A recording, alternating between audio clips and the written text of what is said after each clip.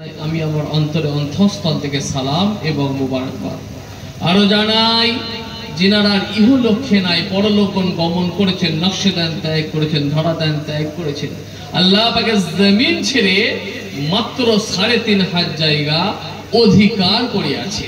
কতদিনের জন্য? ইলা ইয়াউমাল কিয়ামাহ, অর্থাৎ রোজ হাসরের দিনের জন্য অপেক্ষা করছে, ওয়েট করছে, ইন্তজার করছে। আল্লাহ পাকের রহমত প্রত্যেক ইমানদারের উপর অবতীর্ণ, বলুন আল্লাহুম্মা আমিন। জোরে বলুন আল্লাহুম্মা আমিন। মরতে সকল কি হবে, আগে আর পরে। আমার আল্লাহ পাক মরণের ঘোষণা জানিয়ে দিয়েছেন, কুল্লু নাফসিন যায়িকাতুল মউত, প্রত্যেক প্রাণী মাত্র মৃত্যু স্বাদ গ্রহণ করবে। মৃত্যুর ভয়ে যদি আপনি আমি লোহা সন্দুকের বুরুজের মধ্যে আত্মগোপন করি, আমার আল্লাহ সেখানে মরণ লিখেছে, ঠিক কিনা বলেন? আমার আল্লাহ পাক জানিয়ে দিলেন, বাল তুসিরুনাল হায়াতাদ দুনিয়া ওয়াল আখিরাতু খায়রু ওয়া আবকা। হে পৃথিবীর মানুষেরা, শুনে কে দাও, জেনে কে দাও, পৃথিবীর জমিন হলো তোমাদের জন্য অল্প দিনের জন্য, মৃত্যুর পরে তোমরা যে জায়গায় পৌঁছাবে আমি আল্লাহ বলছি সেটা হলো চিরস্থায়ী। জোরে বলেন না সুবহানাল্লাহ। ও ভাইজানেরা, জওয়ান তরুণীরা, ও নবী পাকের উম্মতেরা, ও নবী পাকের প্রেমিকেরা, ও আমার রাসূলুল্লাহ দিওয়ানা, বাবারা শুনে কেদিন জেনে কেদিন বাবা কোন মাহফিলে সে হাজির হয়েছেন গো? দুনিয়ার কোন সাধারণ মাহফিলে নয়, দুনিয়ার কোন পার্টির মঞ্চে নয়, দুনিয়ার কোন দাদা দিদিকে ভালোবেসে নয়, দুনিয়ার কোন 500 টাকার জন্য নয়, দুনিয়ার কোন ইন্দ্রাবাসনের জন্য নয়, দুনিয়ার কোন জবকারের জন্য নয়। আপনারা প্রত্যেকে এসে হাজির হয়েছেন একমাত্র আল্লাহ এবং তিনার রাসূলকে ভালোবেসে। আরো জোরে বলেন সুবহানাল্লাহ। কিতাবের মধ্যে কি দেখতে পাওয়া যায়? কিতাবের মধ্যে দেখতে পাওয়া যায়, ইনদা যিকরি সুলায়ে তানজিলুর রাহমান।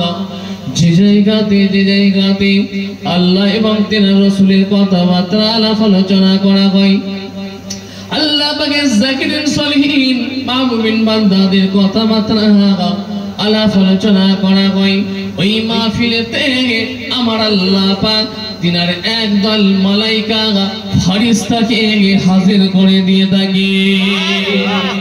ওই সকল মালাইকা ফেরেশতাগণ সন্ধ্যা থেকে বসে আমিন আমিন করতে থাকে। আখিরি মোনাজাত হয়ে যাবে বাবা, শেষ দোয়া হয়ে যাবে, আল্লাহ পাকের মালাইকা ফেরেশতাগণ আল্লাহ পাকের দরবারে গিয়ে হাজির। মাহবুব আল্লাহ পাক জিজ্ঞাসা করবেন, ও আমার মালাইকা ফেরেশতাগণ তোমরা কোথায় গিয়েছিলে? এই রব্বুল আলামিন আল্লাহ পাক, এই দয়াময় আল্লাহ, আমরা গিয়েছিলাম ক্যানিং চড়াবিদ্যা গ্রামের মাহফিলে গিয়েছিলাম আল্লাহ। ওই জায়গায় আপনার যাকিরিন সলিহিন মাহবুবিন বান্দাদের কথাবার্তা আলাপ আলোচনা হচ্ছিল। আল্লাহ ভাই মাহফিলে বসে আমিন আমিন করছিলাম। মালাইকা ফেরেশতাগণ শুনে কে দাও ওই ক্যানিং চড়াবিদ্যা গ্রামের মাহফিলে যে সকল মানুষেরা বসেছিল, তারা কি উদ্দেশ্যে, কি কারণে বসেছিল? এই রব্বুল আলামিন আল্লাহ পাক দয়াময় আল্লাহ চড়াবিদ্যা গ্রামের মাহফিলে যে সকল মানুষেরা বসেছিল, আল্লাহ প্রতিটা মানুষই কিন্তু আল্লাহ পাক কোন টাকার জন্য বসেনি, আল্লাহ বড় উচ্চ সম্মানের জন্য বসেনি, উচ্চ পদের জন্য বসেনি, নিজেদের আখেরের জন্য, নিজেদের উচ্চ সম্মানের জন্য, টাকার জন্য বসেনি। আল্লাহ যে সকল মানুষেরা বসেছিল আল্লাহ পাক তাদের প্রত্যেকটা মানুষের একটাই উদ্দেশ্য ছিল, আল্লাহ পাক একটাই লক্ষ্য ছিল, একটাই টার্গেট ছিল। আল্লাহ প্রতিটা মানুষে কিন্তু আল্লাহ পাক একমাত্র আপনার দয়ার জান্নাতের আশায় বসেছিল। ও আমার মালাইকা ফেরেশতাগণ শুনে কেনা ওই মাহফিলে বসে আছে কে? আব্দুল জব্বার, আব্দুল সত্তার, আব্দুল গাফফার, আব্দুর রহমান বসে বউ ভরা বেদনা, চোখ ভরা পানি নিয়ে আমিন আমিন করে দোয়া চাইছে। আর আমি আল্লাহ পাক আমাকে রহমান বলে ডেকে নিয়েছে, আমাকে রহিম বলে ডেকে নিয়েছে। আমি আল্লাহ পাক আমার দরবারে হাত দুখানা তুলে আমিন আমিন করে দোয়া চাইছে। বউ ভরা বেদনা, চোখ নামের করে দোয়া চাইছে। আমি আল্লাহ পাক গফুর রহিম, আমি আল্লাহ পাক দয়ার সাগর। আমি আল্লাহ পাক জানিয়ে দিচ্ছি ওই ছেলের জনমদগিনী বাপ আজ কবরে কবরে কবরে, গর্ভধারিণী আম্মা জানাজ কবরে কবরে কবরে, বাপের কবরে মায়ের কবরে। আমি আল্লাহ পাক আমার পক্ষ থেকে নির্ধারিত আযাব এবং গজব চলছে, কিন্তু তার ছেলে আজকে মাহফিলে বসে বসে আমি নামের করে দোয়া চাইছে। আমি আল্লাহ পাক আমাকে রহমান এবং রহিম বলে ডেকে নিয়েছে। আমি আল্লাহ পাক আমার দরবারে আস্তাইনু বিসসবরি ওয়াসসালাত, ধৈর্যের মাধ্যমে নামাজের মাধ্যমে সাহায্য খানা চেয়ে নিয়েছে। আমি আল্লাহ পাক গফুর রহিম, আমি আল্লাহ পাক দয়ার সাগর। আমি আল্লাহ পাক সহ্য করতে না পেরে, আমি আল্লাহ পাক থাকতে না পেরে ওই ছেলের বউ ভরা বেদনা, চোখ ভরা পানি টগো আমি আল্লাহ তাআলা আমার আরশে মোল্লাতে কবুল ও মনজুর করে নিয়েছে। আর কবুল করে নিয়ে ওই ছেলের চোখের পানির খাতিরে তার বাপ এবং তার মায়ের কবরের নির্ধারিত আযাব গজবটাকে আসমানে তুলে নেওয়ার জন্য অর্ডার করে দিয়েছে। ও বাবা মুসলমান হয়ে যাবেন না বাবা বেঈমান, হারাবেন না বাবা ঈমান। মুসলমানের ছেলে হয়ে গেছে আজকে পিলে, মুসলমানের নারী হয়ে গেছে আজকে আনাড়ি, ঠিক কিনা বলেন? মুসলমানের ছেলে আজকে রাস্তা ধারে বসে বসে ফ্রি ফায়ারে মগ্ন আছে। মুসলমানের ছেলে আজকে রাস্তার ধারে বসে বসে পাবজি বাবা জ্বালিয়ে ব্যস্ত আছে। কদিন আগে হেরো ভাঙা রোডে যাচ্ছি যখন, আল্লাহ সাক্ষী, রাস্তার ওপরে মুসলমানের ছেলেগুলো এমন ভাবে পিজি রাস্তার ওপরে ফ্রি ফায়ার খেলছে, আমার ড্রাইভার হরেন দিচ্ছে, কোনো হোস জ্ঞান কিছুই নেই। মার মেডিকেল লিয়ায়, গুলি কর, বম মার, বম মার। আমার ড্রাইভার নেবে বলছে ভাই সরে যাও, গাড়ি যাবে। উঠে তারপরে সরিয়ে দিয়ে তারপরে গাড়ি নিয়ে যাচ্ছে। ভাই আমার দোস্ত আমার শুনে কে দেয় একটুখানি বোঝার চেষ্টা করবেন, খেয়াল করবেন। মুসলমান আজকে ইসলাম থেকে বেরিয়ে গেছে বাবা, শরিয়াত থেকে বেরিয়ে গেছে। মুসলমানের ছেলে আজকে রাস্তা দিয়ে চলে গেলে বোঝা যায় না, বোঝা যায় না, বোঝা যায় না এই মুসলমান না গায়ের কম, সেটা পর্যন্ত বোঝা যায় না, ঠিক কিনা বলেন? মুসলমান আজকে রাস্তা দিয়ে চলে গেলে বোঝা যায় না মুসলমান না গায়ের কম। লালটু বল্টু সল্টু ঝল্টু মল্টু নাট বল্টু মুসলমানের ছেলের নাম, ফেলে দিলে পড়ে যাবে। নাম রেখেছে হিম্মত আলী, গায়ের পাশে দাঁড়ানো যায় না, এত দুর্গন্ধ। নাম রেখেছে আতর আলী, চোখে দেখতে পাইনি, নাম রেখেছে নজর আলী। যোগেশগঞ্জ বাজারে গেছি, জিজ্ঞাসা করছে কি নাম, বলছে মিটা। এই কেন দিয়েছো? বলছে এলাকার মধ্যে প্রথম কারেন্ট ঢুকেছিল, ওই জন্য দাদি রেখেছে এর নাম মিটা।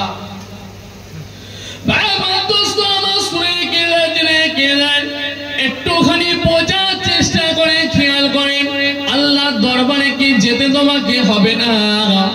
আল্লাহর দরবারে কি তুমি নাজাত তুমি পেয়ে যাবে? আল্লাহর দরবারে তো তোমাকে যেতে হবে, আল্লাহর দরবারে তোমাকে গ্রেফতার হতে হবে। হে মুসলমান, আল্লাহর রাস্তায় ফিরে আসেন, শরিয়াতের রাস্তায় ফিরে আসেন, ইসলামের রাস্তায় ফিরে আসেন, পরিপূর্ণভাবে ইসলামের মধ্যে দাখিল করে। মুসলমান আজকে নামাজের পরিবর্তন করে দিয়েছে। মুসলমান আজকে ইসলাম থেকে বেরিয়ে গেছে, আল্লাহর হুকুমটা মানে না, নামাজটা পড়ে না, শরিয়াতের হুকুম মানে না, ইসলামের হুকুম মানে না বাবা। মুসলমানকে যদি আজকে যদি মুসলমান আজকে শুনে রেখে দেন, SDO BDO district magistrate MP MLA যদি ডাকে কাল বেলা 10টায় কোর্টে এসে হাজির হও, সব কাজ ফেলে দিয়ে চলে যেতে হবে। যদি না যাই মুসলমান, শোনো শোনো শোনো, পুলিশ তোমাকে তুলে নেবে, পুলিশ তোমাকে তুলে নিয়ে যাবে, হাতে হ্যান্ডকাফ দিয়ে টেনে নিয়ে যাবে। এসডিও বিডিও ডেকেছে, মোটা ভাই রোগা ভাই ডেকেছে, কেন যাওনি? পুলিশ তোমাকে তুলে নিয়ে যাবে। একবার ডাকে যদি অমান্য করা হয়, পুলিশ তোমাকে তুলে নিয়ে যাবে।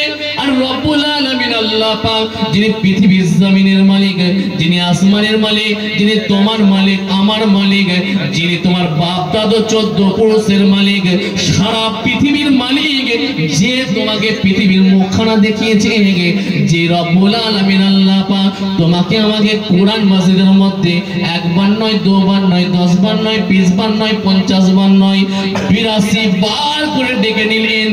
আকিমুস সালাত, আকিমুস সালাত, আকিমুস সালাত, নামাজ কায়েমের কথা আমার আল্লাহ 82 বার করে কোরআন মাজিদের মধ্যে ঘোষণা করে দিয়েছে। রাসূলুল্লাহ হাদিস শরীফের মধ্যে জানিয়ে দিয়েছেন, আল্লাহর নবী বলে দিলেন, আসসালাতু মিফতাহুল জান্নাত, জান্নাতের চাবি হলো নামাজ, নামাজ, নামাজ। তুমি অ্যান্ড্রয়েড মোবাইল চালাচ্ছ, তোমার অ্যান্ড্রয়েড মোবাইলটা কোম্পানি তোমাকে দিয়েছে। এই কোম্পানি যখন মোবাইল দিয়েছে তোমাকে তো খেলনা দিয়ে দিয়েছে। এই কোম্পানি মোবাইল যখন দিল, খেলনা দিল, এর ভেতরে তুমি লাগালে সিম, ঠিক কিনা বলো? আমার যুবা ভাইগুলো বলো, ঠিক বলছি না ভুল? তোমরা তোর ভেতরে সিম লাগালে, তারপরে তোমরা এতে রিচার্জ করলে, নেট রিচার্জ করলে, এরপরে তোমরা মোবাইলের ভেতরে প্লে স্টোর বলে একটা অ্যাপ ইনস্টল করলে। এই প্লে স্টোরের পরে এই মোবাইলের ভেতরে তুমি আমি 5খানা করে অ্যাপস রেখে দিয়েছি। 5খানা অ্যাপ যদি না থাকে, তোমার মোবাইলটা তোমার খেলনা মনে হবে, তোমার মোবাইলটা তোমার বেকার মনে হবে। তুই পাহাড়ে যদি থাকো, জঙ্গলে যদি থাকো, সমুদ্রের দিকেও যদি থেকে থাকো, মোবাইল যদি তোমার হাতে থাকে, মনে হবে যেন পৃথিবী তোমার হাতের মধ্যে আছে। আর যারা মোবাইল সব সময় চালায়, মোবাইল যদি না থাকে, তাহলে মনে হবে যেন একা একা বাস করছি, জঙ্গলে বাস করছি, ঠিক কিনা বলো? পৃথিবীর কোনো খোঁজ খবর কিছুই পাওয়া যায় না। এই মোবাইলের ভেতরে তোমার প্লে স্টোর ইনস্টল করার পরে তোমার আমার প্রত্যেকের কিছু ভাইয়ের মোবাইলে 5খানা করে অ্যাপস ইনস্টল করে রেখেছি। 5টা অ্যাপসের নাম কি ভাইজান? 5টা অ্যাপসের নাম হলো play store, YouTube, Messenger, Facebook, WhatsApp. এই 5খানা অ্যাপস আপনার আমার মোবাইলে ইনস্টল করে নিয়েছি। ইনস্টল করে নিয়ে সমস্ত খবর গুলো আপনার আমার হাতের মুঠোর মধ্যে চলে এসেছে, ঠিক কিনা বলে? শুনে রেখে দেন, এই 5খানা অ্যাপসের মধ্যে একটার নাম হলো হোয়াটসঅ্যাপ, ঠিক কিনা বলেন? এই হোয়াটসঅ্যাপ অ্যাপসের মাধ্যমে আপনি আমি ভিডিও কলে কথা বলতে পারি, ঠিক কিনা বলেন? এই ভিডিও কলে কথা বলা যায়। যদি বাংলাদেশে থাকে ভিডিও কলেও দেখতে পাওয়া যায়, আমেরিকা থাকলে ভিডিও কলে দেখা যায়। শুনে রেখে দেন, জেনে রেখে দেন, কি প্রযুক্তি ব্যবহার করছে বৈজ্ঞানিক। শুনে রেখে দেন, জেনে রেখে দেন, সবের কিছু তথ্য জোগাড় করেছে বৈজ্ঞানিক, কিন্তু মরণের তথ্য বিষয় জোগাড় করতে পারে না। কিন্তু আপনি আমি কবে মরণ হবে এটা কিন্তু কোনোভাবে তথ্য জোগাড় করতে পারে না। শুনে রেখে দেন, জেনে রেখে দেন, মোবাইলের ভিতরে 5খানা অ্যাপস ইনস্টল করেছেন। আর আমার আল্লাহ পাক আপনার আমার বডিটা পাঠিয়ে দিয়েছেন, আশরাফুল মাখলুকাত করে দিয়েছেন, সৃষ্টির সেরা করেছেন, মানব জাতিকে আল্লাহ করেছেন, ঠিক কিনা বলেন? এই মানব জাতিকে আল্লাহ পাক জাহান্নাম জান্নাতের দুটো রাস্তা আল্লাহ জানিয়ে দিয়েছে।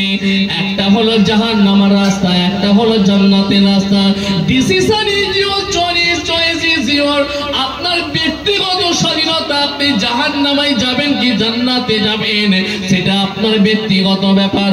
তবে শুনে রেখে দেন, জেনে রেখে দেন, এই বডির ভেতরে আপনাকে আমাকে 5খানা করে অ্যাপস ইনস্টল করতে হবে। 5টা অ্যাপসের নাম কি ভাই জান? 5টা অ্যাপসের নাম হলো নামাজ, রোজা, হজ, যাকাত, তাসবিহ, তেলাওয়াত। এই 5খানা অ্যাপ যদি আপনি আমি শরীরের মধ্যে ইনস্টল করে নিতে পারি, আর মোবাইল যেমন সময় সময় আপডেট না দিলে বেকার হয়ে যায়, আর এই বডির ভেতরে 5খানা অ্যাপ যদি সময় সময় আপডেটটা দিয়ে দিতে পারি, আমার আল্লাহ পাক আপনাকে আমাকে বেশাক বেশাক বেশাক জান্নাতি বলে ঘোষণা করে দেবে। আরো জোরে বলেন সুবহানাল্লাহ। মোবাইলের ভিতরে একটা অ্যাপসের নাম ছিল হোয়াটসঅ্যাপ, যেটা হলো ভিডিও কলে কথা বলা যায়, মানুষের সঙ্গে মানুষের দেখা মোলাকাত হয়ে যায়। শুনে রেখে দেন, জেনে রেখে দেন, আরে বডির 5টা অ্যাপসের মাধ্যমে একটার নাম হলো সালাত। সালাত এই সালাত অ্যাপসের মাধ্যমে আমার আল্লাহ পাকের দিদার পাওয়া যেয়ে থাকে।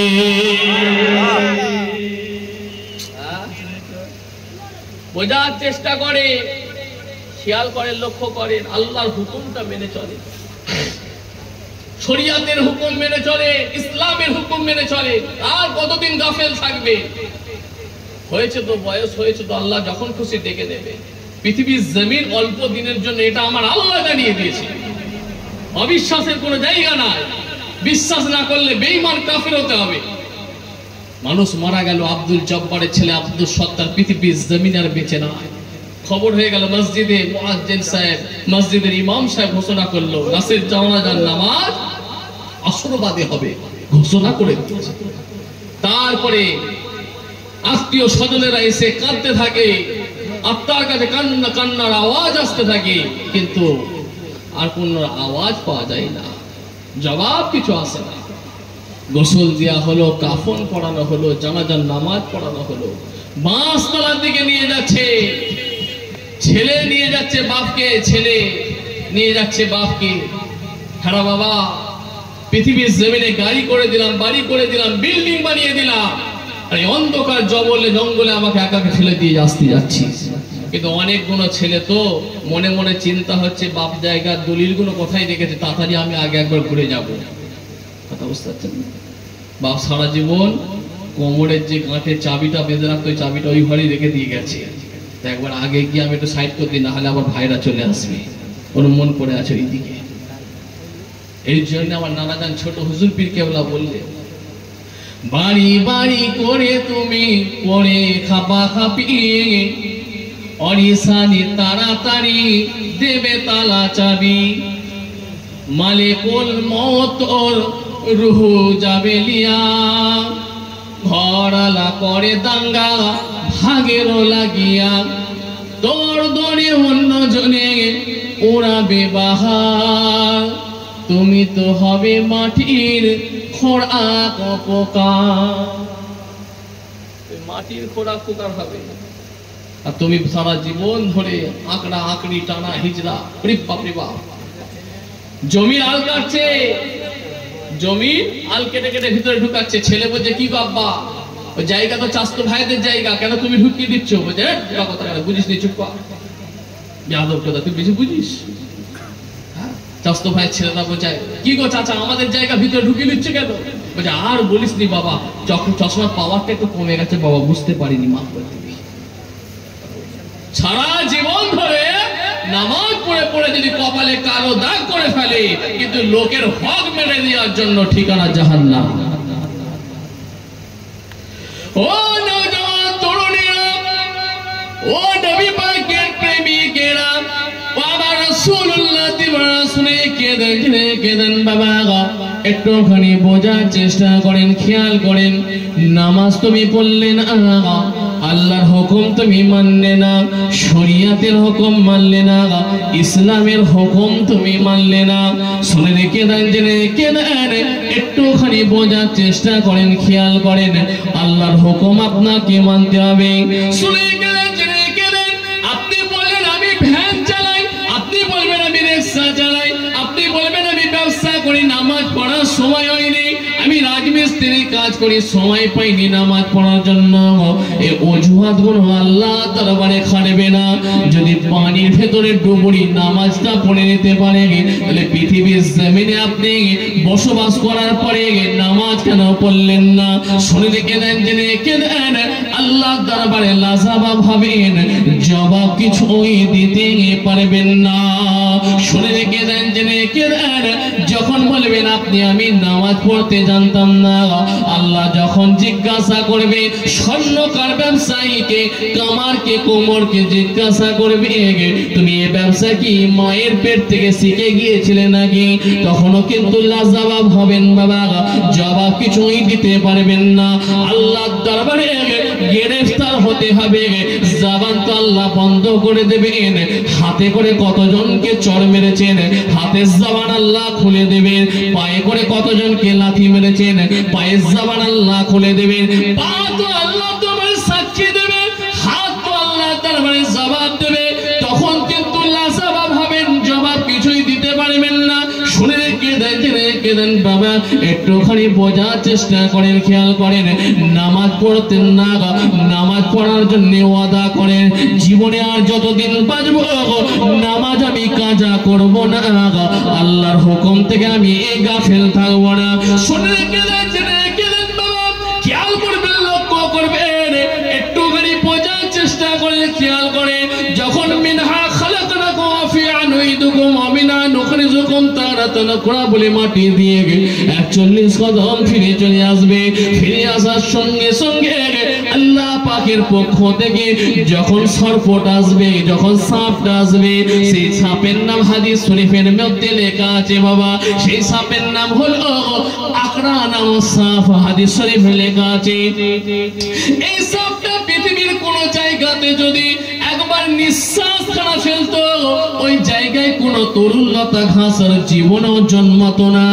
এইরকম সাপ কবরে একটা নয়, দুটো নয়, 10টা নয়, 20টা নয়, 50টা নয়, একটা কম 100টা 99টা সাপ এসে দংশন করবে। কি কঠিন দিন বাকি আছে বাবা, কি কঠিন দিন বাকি আছে। একটুখানি বোঝার চেষ্টা করেন, খেয়াল করেন। নামাজ এখনো পড়লেন না, কবরের পরে, কবরে যাওয়ার পরে সব থেকে প্রথম যেটা প্রশ্ন হবে সেটা কিন্তু সালাত, সালাত, সালাত, নামাজের প্রশ্ন হবে। আজকে পৃথিবীর জমিনে একটুখানি বোঝার চেষ্টা করেন, নফল নিয়ে টানাটানি ফরজ চলে যায়, ঠিক কিনা বলেন? নফল নিয়ে টানাটানি ফরজ চলে যায়। রাতের বেলা জলসা হচ্ছে, বলে হুজুর চালান চালান চালান, আরো কিছুক্ষণ চলুক। ফজরের নামাজের ওয়াক্তে ইমাম সাহেব বলছে ভাইজান মুয়াজ্জিন সাহেব ছাড়া, আমি ছাড়া আর কেউ নাই। বোঝার চেষ্টা করে খেয়াল করেন, সারা রাত ধরে সাপ মারা হলো, সকালে দেখে দড়ি, ঠিক কিনা বলেন? সারা রাত ধরে সাপ মারছে, সকালে দেখে দড়ি। ফরজে কিফায়ার নামাজ পড়া যাচ্ছে, জন্য যাচ্ছে কোথায়? সেই পিজিএস মিশন জীবনতলা ঝোড়োর উপর, কথা বুঝতে পারছেন না? ওইখানে যাচ্ছে কি ফরজে কিফায়ার নামাজ পড়ার জন্য, মানে জানাজার নামাজের জন্য।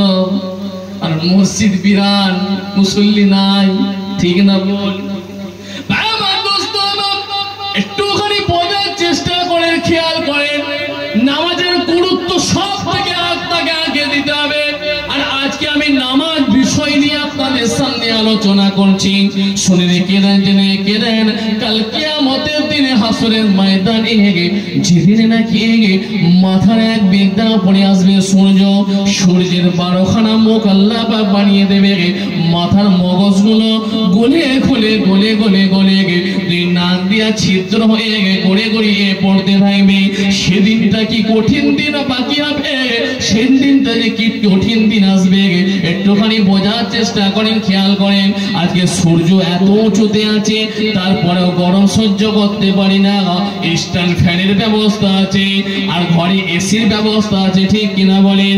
কিন্তু মাথার মগজটা যখন গলে গলে গলে বেরোতে থাকবে, সেদিনটা কি কঠিন দিন বাকি আছে। এমন ঘাম হবে, গরমে এমন ঘাম হবে, কারো এক বুক হবে, হাসরের ময়দান কারো এক গলা হবে, কারো এক থুতনি হবে, কেউ কেউ ঘামেতে সাঁতার কাটতে থাকবে। যেদিনে মাথার মগজটা গলে গলে বেরোতে থাকবে, সেদিনে নাকি পানি পানি করে চিৎকার করবে। পানির পরিবর্তে জাহান্নামীদেরকে দেয়া হবে হামিম, অর্থ ফুটন্ত টকবকে নহরের গরম পানি। যে পানিখানা পান করলে জিহ্বাখানা বেরিয়ে ঝুলতে থাকবে, দুদিকে মুখ দিয়ে গালটা ফুটো হয়ে গিয়ে গড়িয়ে গড়িয়ে বেরোতে থাকবে।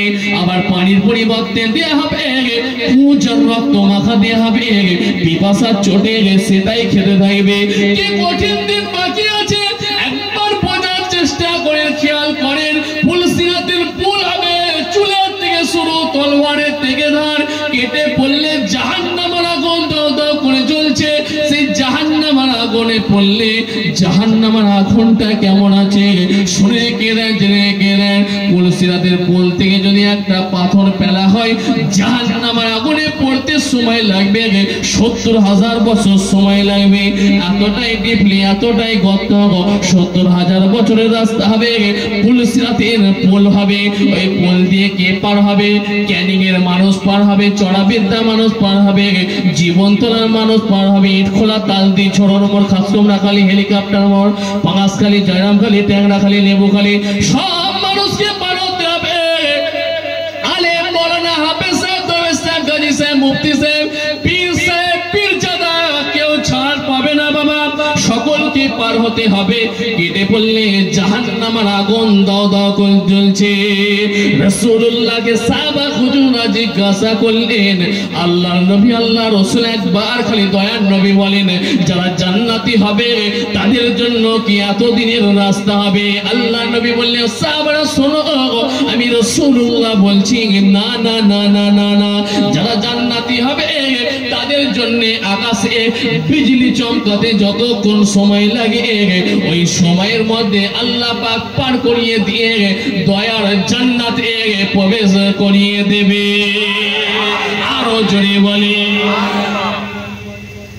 জাহান্নামীদের শব্দটা কেমন হবে? রাসূলুল্লাহকে জিজ্ঞাসা হলো, আল্লাহ নবী জানিয়ে দিলেন, সাহাবা শোনাবে, রাসূলুল্লাহ বলছি, জাহান্নামীদের জন্য খাদ্য হিসাবে দেয়া হবে একটা ফল, সেটা হলো কাঁটাযুক্ত আর দুর্গন্ধযুক্ত। কেমন কাঁটাযুক্ত? সেই ফলের নাম রাসূলুল্লাহ দয়ার নবী বললেন যাক্কুম নামক ফল। এই যাক্কুম নামক ফলটা হবে কাঁটাযুক্ত আর দুর্গন্ধযুক্ত। কেমন কাঁটাযুক্ত? গলাতে গিয়ে আটকে যাবে, না যাবে ভেতরে, না বেরোবে বাইরে, এমন দুর্গন্ধ, যে দুর্গন্ধ মানুষ পেলে ভেতর থেকে কষ্টে কষ্টে বমি করে ফেলে, এই রকম দুর্গন্ধযুক্ত। আমি রাসূলুল্লাহ বলছি, এটা হলো যাক্কুম নামক ফল। এই যাক্কুম নামক ফলটা যদি পৃথিবীর জমিনে আসমান থেকে আধখানা পরিমাণ কেটে ছুঁড়ে ফেলে দেওয়া হতো, এতটাই বিষাক্ত, এতটাই বিষ, এই বিষেতে মুহূর্তের মধ্যে পৃথিবীতে সমস্ত কিছু নষ্ট, ধ্বংস হয়ে যেত। এটা হলো জাহান্নামীদের জন্য খাদ্য হিসাবে দেয়া হবে। এত কষ্ট তো জান্নাতীদের জন্য হবে না। তারা কবরে যাওয়ার পরে যখন প্রশ্ন হবে, মান রাব্বুকা মা দীনুকা আমার নবিয়ুকা, এরা সঙ্গে সঙ্গে উত্তর আল্লাহ জবান দিয়ে বের করে দিয়েছেন, আল্লাহ রাব্বি, আমার রব হলেন আল্লাহ, মুহাম্মাদুন নবী, আমার নবী হলো মুহাম্মদ, দ্বীনুল ইসলাম, আমার দ্বীন হলো ইসলাম। এই তিনটে ঘোষণা দেওয়ার সঙ্গে সঙ্গে ফাকুলি সুমিনাল জান্নাল বিসুমিনাল জান্নাহ আফতালাহু বাবা ইলাল জান্নাহ, জান্নাতের পোশাক পরিয়ে দাও, জান্নাতের বিছানাখানা বিছিয়ে দাও, জান্নাতে একটা সুড়ঙ্গ রাস্তা কেটে দাও, জান্নাতের খুশবু হাওয়াটা যেন কিয়ামত পর্যন্ত আসতে থাকে।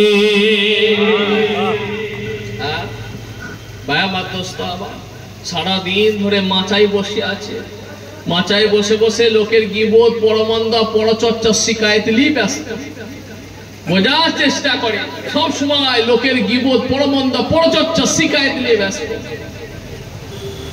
যদি আপনার আমার যদি কেউ বিরোধিতা করে, যদি গীবত করে থাকে, যদি খবর পান, তাহলে আপনিও গীবত করবেন না। আপনার কাছে খবর এলে আপনি আলহামদুলিল্লাহ বলবেন, হয়তো আল্লাহ আপনার একটু গুনাহ কমিয়ে দেবে, বলবেন আলহামদুলিল্লাহ। আপনিও বলবেন না। মাচায় বসে আছে গ্রামের মাতাব্বর, একজন রমজান মাসে বেচারা রোজা রেখে রাখতে পারেনি, হঠাৎ করে ওরি এত কষ্ট হয়ে গেছে যে চাষে ওষুধ দিচ্ছিল, চাষিবাসী মানুষ তো চাষে ওষুধ দিচ্ছিল, এমন সময় সঙ্গে সঙ্গে উঠে এসে কি করছে, আর সহ্য না করতে মাচায় বসে পানি খেয়ে ফেলেছে, হয়তো জীবন চলে যাবে এরকম পরিস্থিতির পানি খেয়ে ফেলেছে। মাতব্বরের সামনে দেখতে পেয়েছে, মাতব্বর বলে, কে? হ্যাঁ, তুই রোজা না রেখে পানি খাচ্ছিস, তুই মরে গেলে যে তোর ঠিকানা কি হবে? তুই মরে গেলে তোর ঠিকানা জাহান্নাম ছাড়া আর কিছু নাই, আমি বলে দিলাম।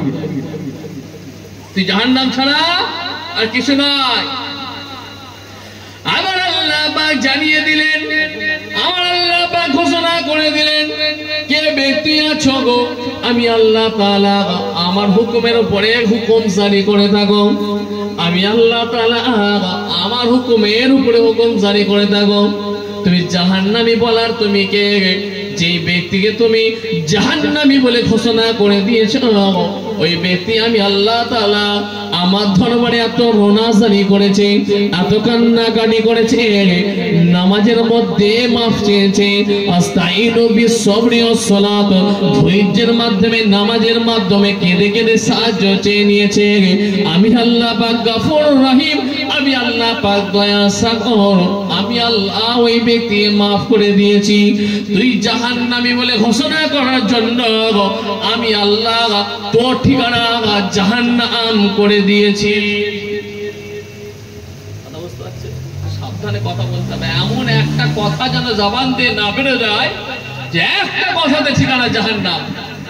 অনেক সময় লোকের দোকানে বসে থাকলে অনেক রকম গীবত, পরমন্দা, পরচর্চা বেরিয়ে যায়, মাহফিলে বসলো আলোচনা শুরু হয়ে যায়, কথা বললেন দেখেন না ওই পিছনে মুরব্বী সাহেব অনেকক্ষণ ধরে কি সব বলছে, ওই যে গলায় সাদা রুমাল আছে, কিছু বলছেন নাকি মুরব্বী সাহেব?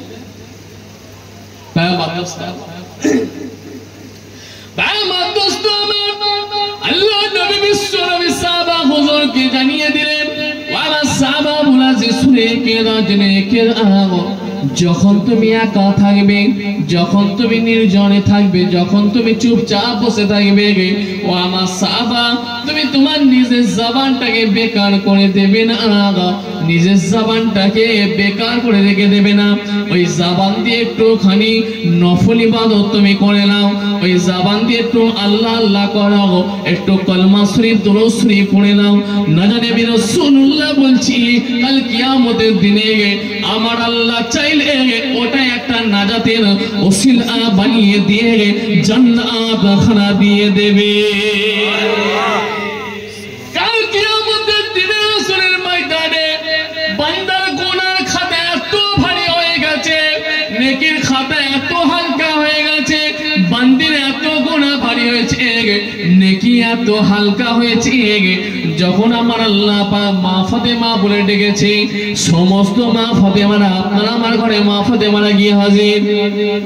আমার আল্লাহ জানিয়ে দিলেন, এ মা ফাতেমার দলে না শুনে কেনা জেনে কেনা, আমি আল্লাহ আজকে তোমাদেরকে মা ফাতেমাকে ডাকিনি, আজকে আমি আল্লাহ তাআলা আমার রাসূলুল্লাহর কন্যা জান্নাতের সরদারিনী সেই মা ফাতেমাকে আমি আল্লাহ তাআলা ডেকে নিয়েছি। মা ফাতেমাদের তো মনটা খারাপ হয়ে গেল, হয়তো জান্নাত পেয়ে যেতাম, মা ফাতেমাদের মনটা ছোট হয়ে গেছে। আমার আল্লাহ দরবারে যখন জিজ্ঞাসা হলো, মিজানের পাল্লায় কোরআন খাতা ভারী হয়েছে, নেকির খাতা হালকা হয়ে গেছে, আমার আল্লাহ তো মহা দয়াময়, বান্দা বান্দিকে জাহান্নামে দিতে চাইছেন না। আমার আল্লাহ পৃথিবীর মুখ দেখিয়েছেন, বাপ মা এতদিন লালন পালন করার জন্য যদি এতটা মহাব্বত হয়ে যায়, এতটা ভালোবাসা হয়ে যায়, ছেলের শরীর খারাপ বলে মা বলছে আল্লাহ আপনি চাইলে আমাকে তুলে দিন, কিন্তু আমার ছেলেকে আপনি সুস্থ করেন, বলে কিনা বলেন? কিন্তু আমার আল্লাহ পৃথিবীর মুখটা আপনার আমার দেখিয়েছে, মায়ের থেকে হাজার হাজার কোটি কোটি গুণ আল্লাহর মহাব্বত বেশি আছে, ঠিক কিনা বলেন? আমার আল্লাহ আপনাকে আমাকে জাহান্নামে দিতে চাইবেন না। আমার আল্লাহ দেখবে বান্দা বান্দির কোনো ইবাদত আছে নাকি, এ বান্দি এ মা ফাতেমা তোলেরা, গুনার খাতা তো ভারী হয়ে গেছে, নেকির খাতা তো হালকা হয়েছে, নফল কোন ইবাদত আছে নাকি আমি আল্লাহ খুশি হয়ে গিয়ে জান্নাত খানা দিয়ে দেব না? আল্লাহ নফল কোনো ইবাদত নাই, জান্নাতে যাবার মতো নফল কোনো ইবাদত নাই। এমন সময় খুঁজতে খুঁজতে নামটা আমার আল্লাহর দরবারে নফল ইবাদত হিসাবে কবুল ও মঞ্জুর হয়ে যাবে। আমার আল্লাহ পাক চাইলে তিনি কিন্তু নামের বাদৌলতে জান্নাত খানা দিয়ে দিতে পারে। কোনো নফল ইবাদত করবেন, যখন একা বসে থাকবেন, নির্জনে থাকবেন, চুপচাপ থাকবেন, কেন নিজের লোকের গীবত পরবন্ধ পরচর্চা নিয়ে ব্যস্ত থাকবেন? কোনো নফল ইবাদত করবে, জবান দিয়ে আল্লাহ আল্লাহ করবেন, কলমা শরীফ, দরুদ শরীফ পড়বে। দরুদ শরীফে কত গুরুত্ব, কত ফজিলত আমার আল্লাহ দিয়েছে। আল্লামা শিবলি নোমানী হুজুর তিনার কিতাবের মধ্যে জানিয়ে দিলেন, আল্লামা শিবলি নোমানী হুজুর তিনার কিতাবের মধ্যে লিখে দিলেন, তিনি জানিয়ে দিলেন, একজন যুবক ব্যক্তি মক্কা শরীফে এসেছে, মক্কা শরীফে এসে কাবা ঘর তওয়াফ করতে শুরু করে দিয়েছে, সাফা মারওয়া সাই করতে শুরু করে। এমন সময় যুবককে জিজ্ঞাসা হলো, যুবক বলো বলো বলো যুবক, তুমি কি কলমা শরীফ, দরুদ শরীফ ছাড়া আর কোন দোয়া তুমি জানো না? কোন হাজি সাহেব আছে নাকি এখানে? নাই তো। ও যুবক, তুমি কি কলমা শরীফ, দরুদ শরীফ ছাড়া কি কোন দোয়া জানো না? কাবা ঘর যে তওয়াফের দোয়া আছে, এটা তুমি কি জানো না বাবা? সাফা মারওয়া সাই করার এই যে দোয়া আছে, তুমি কি সেটাও জানো না বাবা? যুবক ঝরঝর করে কাঁদতে থাকে, হুজুর আমি আপনাকে চিনতে পারলাম না, আপনাকে আমি বুঝতে পারলাম না, তবে কাবা ঘর তওয়াফের দোয়া আমি জানি, সাফা মারওয়া সাই করার এই দোয়া আমি জানি। এমন সময় সঙ্গে সঙ্গে জিজ্ঞাসা হলো, বাবা যুবক বলো বলো বলো বলো বলো, তুমি কেন কাবা ঘর তওয়াফের দোয়া পড়ছো না বাবা? সাফা মারওয়া সাই করার এই দোয়া তুমি কেন পড়ছো না বাবা? তুমি একমাত্র দোয়া কলমা শরীফ, দরুদ শরীফ ছাড়া আর তো কিছু পড়ছো না কেন বাবা? বলো। যুবক ঝরঝর কাঁদতে কাঁদতে শুরু করে ঝরঝর করে। আল্লামা শিবলি নোমানী হুজুর তিনার কিতাবের মধ্যে জানিয়ে দিলেন বাবা, সে সময় যুবক ঝরঝর করে কাঁদতে কাঁদতে বলে, হুজুর আপনি শুনে কেঁদেন, জেনে কেঁদেন হুজুর, হুজুর আমি বাগদাদ শরীফ থেকে এসেছি হুজুর, বাগদাদ শরীফ থেকে আমি আমার আব্বাজানকে সাথে করে সঙ্গে করে নিয়ে বেরিয়ে পড়লাম, আল্লাহ পাকের কাবা ঘর তওয়াফ করব, সাফা মারওয়া সাই করব, রাসূলুল্লাহর মাজারটা জিয়ারত করব বলে বেরিয়ে পড়লাম। হুজুর রাস্তায় আস্তে আস্তে পথে আমার আব্বাজান ইন্তেকাল করে গিয়েছে হুজুর, পথে আমার আব্বাজান মারা গিয়েছে। মারা যাওয়ার সঙ্গে সঙ্গে আমার আব্বাজানের মুখটা, আমার আব্বাজানের ফেসটাকে আমার আল্লাহ পাক খিঞ্জির আকৃতিতে পরিণত করে দিয়েছে। কিসের আকৃতি? খিঞ্জির আকৃতি, শুকর আকৃতিতে পরিণত করে দিয়েছে। সে সময় আমি জর্জর করে কাঁদতে শুরু করলাম, এই রব্বুল আলামিন আল্লাহ পাক, দয়াময় আল্লাহ, আল্লাহ পাক আমার আব্বাজান কি এমন গুনাহ করেছিল, কিসের জন্য আমার আব্বাজানের মুখটা খিঞ্জিরের মতো হয়ে গেছে আল্লাহ? শুকরে আকৃতিতে কিসের জন্য পরিণত হয়েছে আল্লাহ? কি এমন গুনাহ করেছিল আমার আব্বাজানের মুখটা কেন খিঞ্জিরের মতো হয়ে গেল আল্লাহ? এই বলে ঝরঝর ঝরঝর করে কাঁদতে শুরু করে দিয়েছে। আল্লাহ পাক এত বড় লজ্জার কথা, আল্লাহ এত বড় শরমের কথা, এটা তো আমার আব্বাজান, মানুষকে কি করে বলবো এটা আমার আব্বা? মুখটা দেখলে তো মানুষ অবাক হয়ে যাবে, খিঞ্জিরের মতো মুখ কেন? এমন সময় আল্লাহ পাক আমার আব্বাজানের গোসলটা কিভাবে হবে, জানাজা দাফন কাফন কিভাবে হবে, এই বলে আমি ঝরঝর ঝরঝর করে কাঁদতে শুরু করে দিলাম। হুজুর কাঁদতে কাঁদতে আমার আব্বাজানের লাশটাকে আমি কাঁধের দিকে নিয়ে নিলাম, একাই কাঁধে নিয়ে ঝুলিয়ে ঝুলিয়ে আমার আব্বাজানকে নিয়ে যেতে শুরু করলাম। বেশ কিছুটা আমি নিয়ে যাওয়ার পরে রাস্তা ধরে পথের ধরে একটা মসজিদ দেখতে পেলাম। মসজিদ দেখতে পাওয়ার সঙ্গে সঙ্গে আমার আব্বাজানের লাশটাকে আমি মসজিদের ভিতরে ঢুকিয়ে দিলাম, ঢুকিয়ে মসজিদের মধ্যে শুইয়ে দিলাম। শুইয়ে আমার চাদরটা আমার আব্বাজানের শরীরটাকে ভালো করে ঢেকে দিলাম, ঢেকে দিয়ে ঝরঝর করে কাঁদতে থাকি। আল্লাহ পাক কি এখন করবো আল্লাহ? আপনার কি ফায়সালা হয় আল্লাহ? আপনার কি অর্ডার হয় আল্লাহ?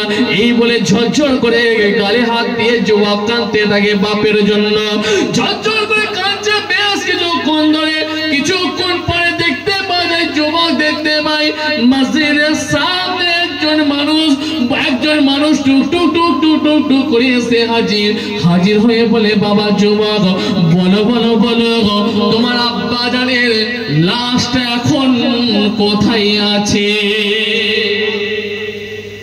জোরে বলবেন না সুবহানাল্লাহ। যুবক তো অবাক হয়ে গেল। আপনি কে? আপনার নাম কি? আপনি কি করে জানলেন আমার আব্বা জান ইন্তেকাল করেছে, আমার আব্বা জান মারা গেছে? আপনি কি করে জানলেন? আপনি কে? আপনার পরিচয় একবার বলেন। সে সময় বলতে থাকে, আল্লামা শিবলি নোমানী হুজুরের কিতাব খুলে দেখেন। সে সময় যুবক বলতে থাকে, যখন এ কথা যুবক বলে, সেই ব্যক্তি বলতে